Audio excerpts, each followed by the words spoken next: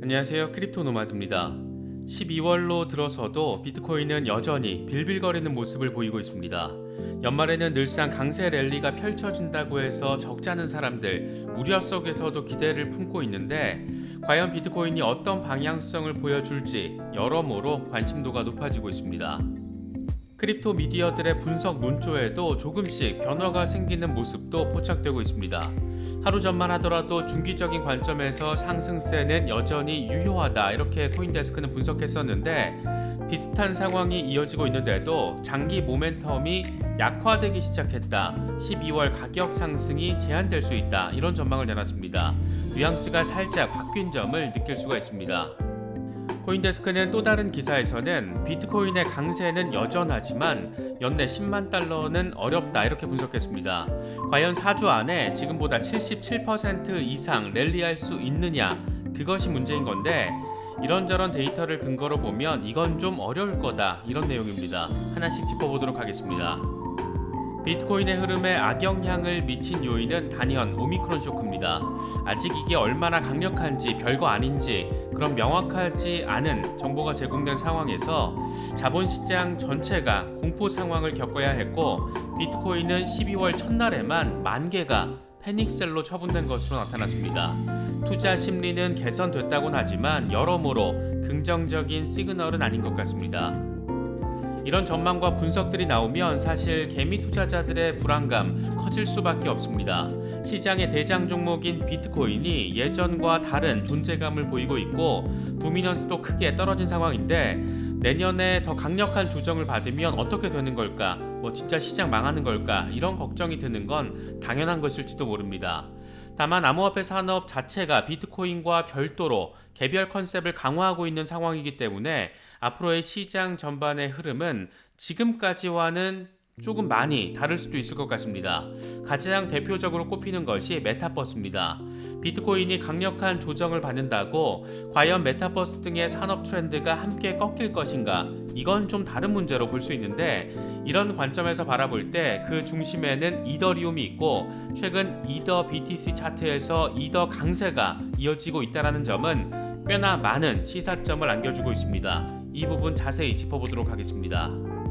시장이 어수선할 때는 결국 산업의 비전을 바라봐야 하는데 이게 참 말이 쉽지 그렇게 쉬운 일은 아닌 것 같습니다.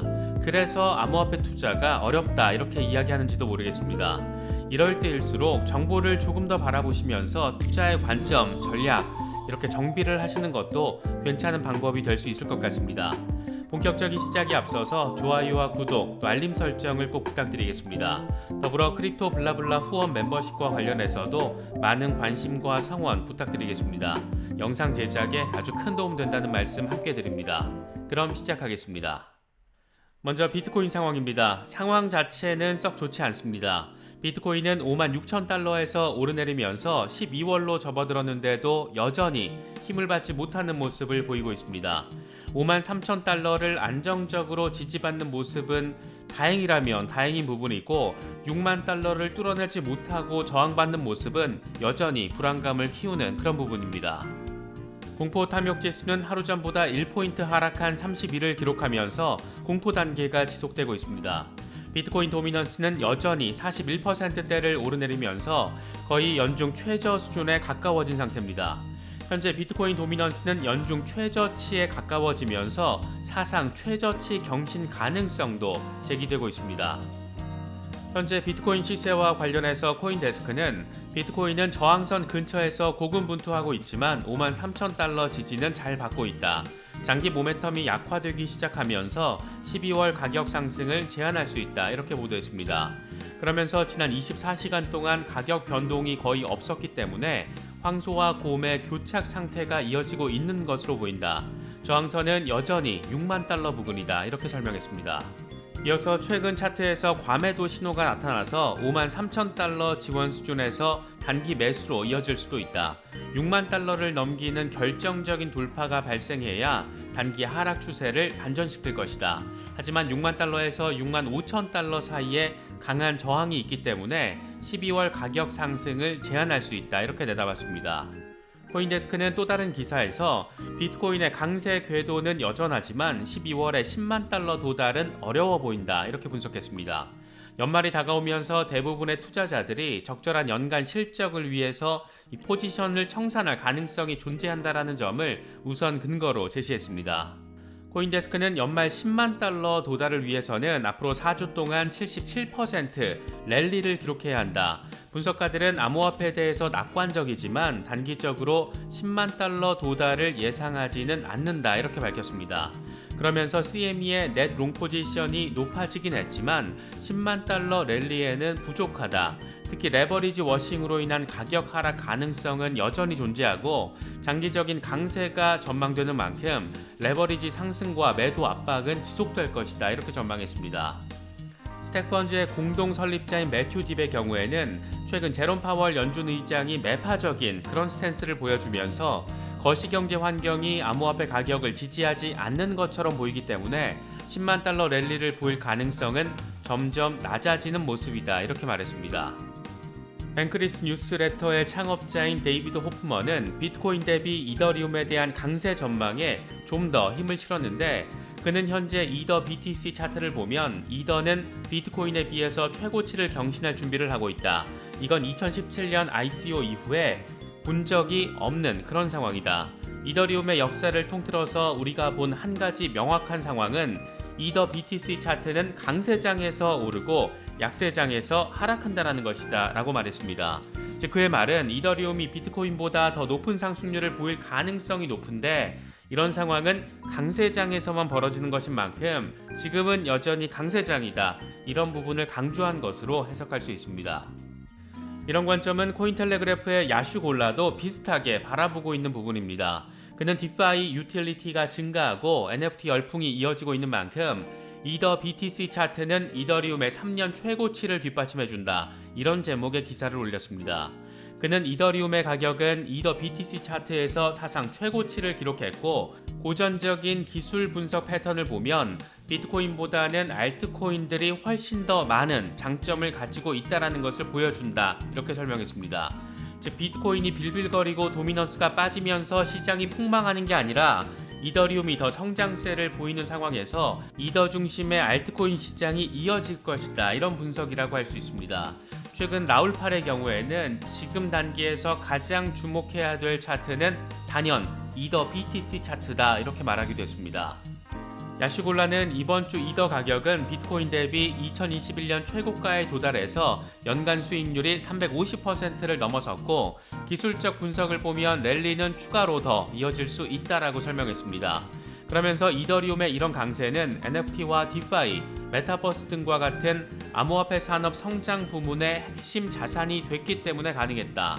NFT와 디파이, 메타버스에서 이더리움 스마트 컨트랙트를 실행해야 하고 이건 알트코인에 대한 수요를 증가시켰으며 가격 상승세를 지원했다. 이더에 대한 수요는 내년에도 건실한 상태를 유지할 것으로 예상되기 때문에 이런 걸 근거로 많은 분석가들은 6,000달러에서 10,000달러 전망을 내놓고 있다라고 강조했습니다. 밀러 타박의 전략가인 매트 말리의 경우에는 이더가 11월 중순 고점인 4,900달러를 넘어설 경우에 이더리움의 추가 이익이 가능하다라고 내다봤습니다. 그는 비트코인의 하락세가 이어지는 동안 이더리움이 새로운 최고가를 기록하고 유지한다면 이더리움은 대부분의 투자자들이 선택하는 새로운 암호화폐가 됐다는 것을 입증할 것이다라고 전망했습니다. 이런 상황에서 솔라나의 창업자인 아나톨리 야코벤코가 꽤 의미 있는 멘트를 날렸습니다. 그는 높은 가스비와 느린 속도라는 약점에도 불구하고 프로젝트들이 이더리움을 떠나는 일은 결코 없을 것이다라고 말했습니다. AMB 크립토 보도 내용을 보면 야코벤코는 많은 개발자들이 이더리움 킬러로 불리는 경쟁 블록체인으로 전환했지만 이런 상황에서도 이더리움의 장점은 사라지지 않고 있다. 우리가 구축하는 것은 빠르고 높은 퍼포먼스를 보여주는 실행력이지만 세틀먼트도 여전히 중요하다라고 밝혔습니다. 여기서 말하는 세틀먼트는 이더리움 중심으로 구축된 확고한 생태계, 또 이걸 뒷받침하는 확장성, 보안성을 의미한다라고 볼 수 있습니다. 그러면서 그는 이더리움의 D앱을 구축하고 솔라나에 이걸 배포하고 싶은 프로젝트들은 개발자를 양쪽으로 분산시키는 게 아니라 크로스체인을 이용해서 배포하면 된다 이렇게 말했습니다. 이더리움은 이더리움의 중심 체제를 확고히 유지하고 동시에 이더 킬러로 불리는 블록체인에서도 충분히 생태계 확장의 차원에서 접근할 수 있다. 그렇게 서로가 공존할 수 있다. 이런 점을 강조한 것으로 볼 수 있을 것 같습니다. 이런 상황에서 글로벌 스포츠 브랜드 아디다스가 메타버스 분야 진출을 위한 협업을 본격화하고 있다는 것은 눈에 띌 수밖에 없는 것 같습니다. 아디다스는 유명 NFT 컬렉션인 보어드 에이프 요트 클럽과의 협업을 발표했는데 지난주 미국 최대 암호화폐 거래소 코인베이스와 메타버스 시장 진출 파트너십 발표 직후에 가장 유명한 이더리움 기반의 NFT 프로젝트 팀과 협업 발표를 한 겁니다. 아디다스는 메타버스가 현재 디지털에서 가장 흥미로운 발전 가운데 하나이고 아디다스에게 흥미로운 플랫폼이 되고 있다. 이렇게 파트너십의 배경을 설명하기도 했습니다. 단기적으로 비트코인 시세가 안정적이지 못하고 이더리움이 상대적으로 더 주목받고 있는 것은 사실이긴 하지만 그럼에도 불구하고 월가 거인들의 움직임을 보면 비트코인에 대한 그들의 스탠스를 짐작해 볼 수 있습니다. 이번에는 골드만삭스가 다른 미국 은행들과 함께 금융기관에 비트코인을 담보로 미국 달러화를 대출해주는 비트코인 기반 대출 상품을 모색하고 있는 것으로 전해졌습니다. 비트코인을 직접 매수하지 않고도 비트코인 상품을 만드는 그런 방식인데 이 방안은 제3자 간 거래를 통해서 증권을 판매한 뒤에 다시 환매하는 방식의 계약을 통해서 이루어집니다. 코인데스크는 관계자 멘트를 인용하며 골드만삭스는 담보대출과 3자 대출에 대한 승인을 받기 위해서 노력하고 있다. 청산 대리인이 있다면 골드만삭스는 비트코인을 대차 대조표에 넣지 않고 담보대출을 할 수 있다. 이렇게 보도했습니다. 이런 가운데 골드만삭스의 암호화폐 거래 책임자가 기관들의 암호화폐 채택을 위한 자사 로드맵을 공개해서 주목받기도 했습니다. 골드만삭스 암호화폐 거래 글로벌 책임자인 안드레이 카잔체프는 코인데스크 주최 패널 토론에 참석해서 기관 채택을 향한 다음 단계는 암호화폐 옵션 시장이라고 밝혔습니다. 그는 우리가 구상하는 다음 단계는 옵션 시장의 발전이다. 암호화폐 파생 상품은 주식 또는 외환과 같은 전통적인 시장과 비교했을 때 아직 초기 단계에 있다. 선물만 하는 것보다 옵션은 특정 익스포저를 해치하는 등 더 다양한 기능성을 또 가능성을 포함하고 있다. 골드만삭스는 고객과 시장을 대신해서 유동성을 제공하고 리스크를 감수할 계획이다. 이렇게 설명했습니다.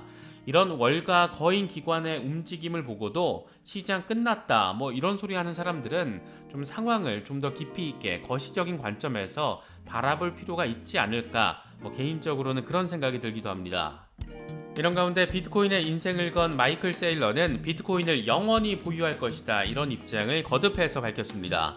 그는 코인데스크 TV와의 인터뷰에서 암호화폐는 세계의 준비 자산, 달러는 글로벌 화폐, 당신은 비트코인이 아닌 법정 화폐로 커피값을 내고 싶어 한다.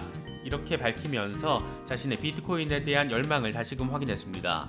그러면서 비트코인을 영원히 보유할 것이다. 비트코인은 최고의 인플레이션 해지 수단이다. 이렇게 강조했습니다. 마이클 세일러의 마이크로 스트래티지는 올해 4분기 비트코인 보유량을 2배로 늘릴 정도로 조정이 오면 계속해서 추가 매수를 진행하고 있습니다.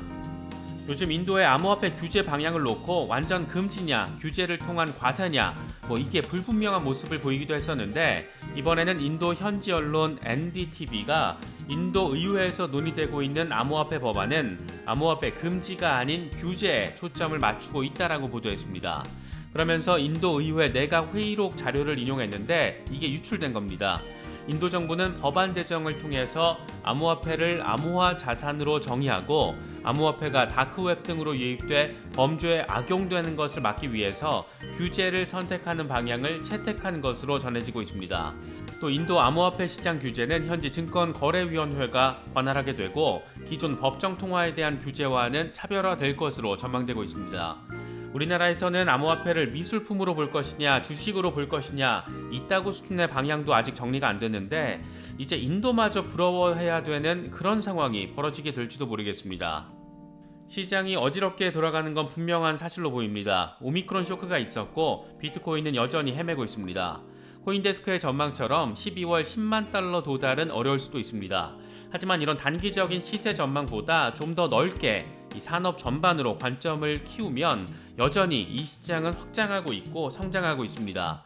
단타 치는 게 목적이라면 분봉 차트에 목숨을 거는 게 맞겠지만 그게 아니라면 요즘 같은 어려운 시기에는 시장의 방향과 비전을 바라보시는 게 여러모로 투자의 의미를 부여하고 정신 건강에도 이게 참 좋습니다. 워낙 방향성 예측 자체가 쉽지 않은 시장이라서 불안감이 커질 수도 있지만 원래 하이 리스크, 하이 리턴은 이런 특징과 매력을 가지고 있습니다. 여러 상황들, 소식들 잘 참고하셔서 투자 스탠스 또 전략 잘 세우실 수 있으면 좋겠습니다. 이번에 준비한 영상은 여기까지입니다. 영상이 도움이 되셨다면 좋아요와 구독, 또 알림 설정 꼭 부탁드리겠습니다. 언제나 성투하시기를 기원하겠습니다. 시청해주셔서 감사합니다. 지금까지 크립토 노마드였습니다.